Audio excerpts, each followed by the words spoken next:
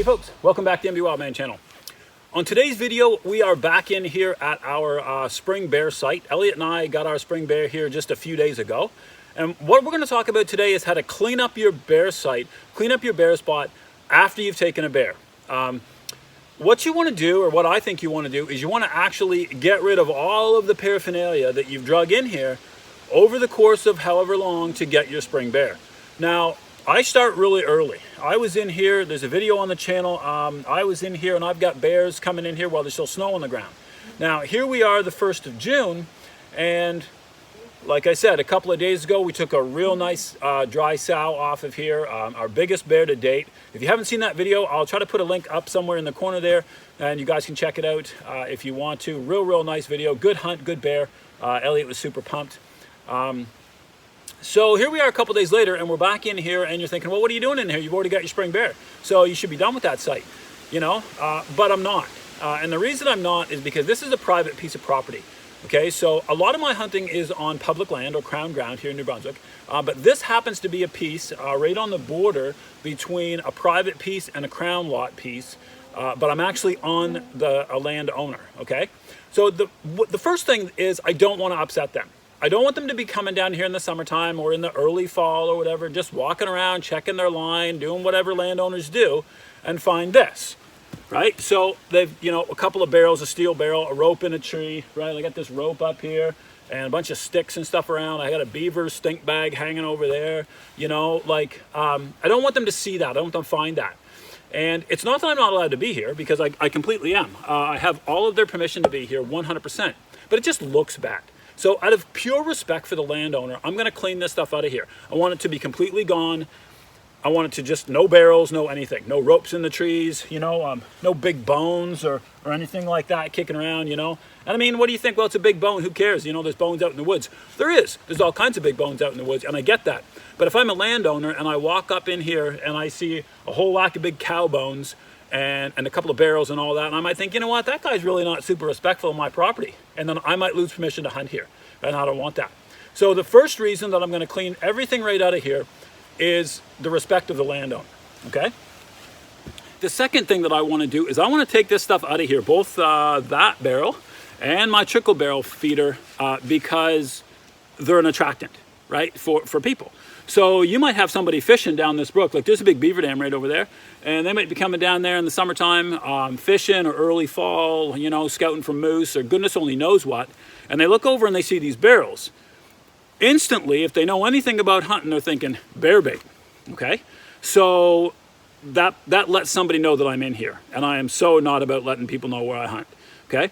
I do everything I can to make sure that I'm stealthy in, stealthy out, and make sure that not a whole lot of other people know where I'm at.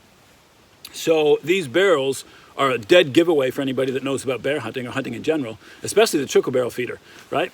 So I don't want anybody to know where I'm at, so I'm going to clean this right out of here. Again, some of you are thinking, yeah, but man, you got like grease on the ground, and you got molasses in the tree, and you got grain all over. And I get that. I get that for sure. But if they're 50 yards over there walking down the brook fishing, they're not seeing that. Okay, they got to literally walk over the top of it. So they might fluke it. I guarantee, okay, they might. They might fluke it, and they might find it. And you know what? They might know that I'm in here. But the chances are way, way better if they're looking over going, hey, look, a blue barrel. Right? You know what I mean? So that makes sense to just take them out of there for that reason. Another reason is you might get somebody that's not a hunter, just, you know, guy out in the woods, girl out in the woods, walking the dog, or looking for flowers, or goodness only knows what, getting eaten to death by mosquitoes is what they'd be doing if they were out today. Holy moly. Anyway, so they might be out and they might look around and they go, hey, look, some ignorant person left a blue barrel out there in the woods, and they'll take it. Now, they don't take it to steal it, but they take it thinking they're doing the right thing for the environment, right? So they'll come in and they'll be like, oh, look at that, a blue barrel. And away they'll go with it because, you know, they're helping out Mother Nature. Okay, did they steal my barrel? Sure they did. Did they, you know, was it malicious intent to get me to stop hunting bear? No, they just thought they were helping out, right? There is, sadly, also that clan out there that will see this and they'll go, hey, nice bear bait set up. Huh.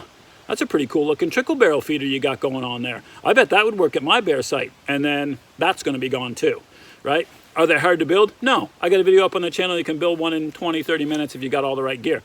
But you know, if somebody's dishonest, same guy that might steal your camera, might steal your trickle barrel feeder for their own spot. If it ain't here, it doesn't get stolen, right? So I guess the point of my video today is to let you know that at the end of the season, once the bear's done and once it's, you know, all the fun stuff is over with, it's important to come back into your bear site and clean it up as much as possible. Clean up all the big bones, take out your barrels, cut your ropes out of the trees, leave as little, you know, trace of you being here as possible.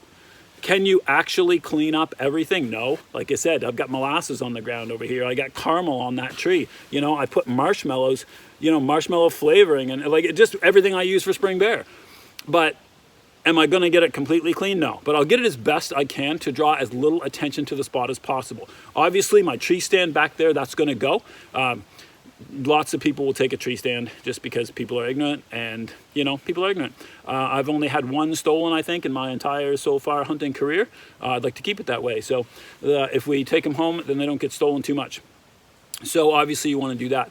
Also, you know, what can happen is you can get little bits of plastic, you know, from a food bag or, you know, a container of something that you use for bait.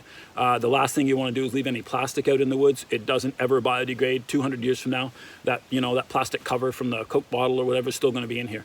So we don't want any of that. So anyway, listen, this is a picture right here, just real quick. Here's a picture of what my bear bait looked like when it was all set up and running, right? So trickle barrel feeder, and I got the blue barrel and it's all tied to the tree, and I got the stick sticking out of it and all that row.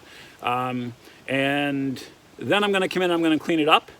And now that I've got it all cleaned up and everything's out of the way, I've got everything back up in the truck. This is what my site looks like now, right? So again, obviously to a bear hunter, you could pick this out, you know, from 20, 30 feet away.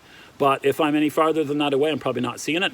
And if I'm not a bear hunter, I might even walk by this and go, huh, that's a weird looking spot. Wonder what that was. And just keep on walking. There's nothing to take, there's nothing to do, there's nothing to steal. There's nothing to associate, you know, me with this spot or hunting with this spot or anything, right? So anyway, just a real quick video, quick tip for you.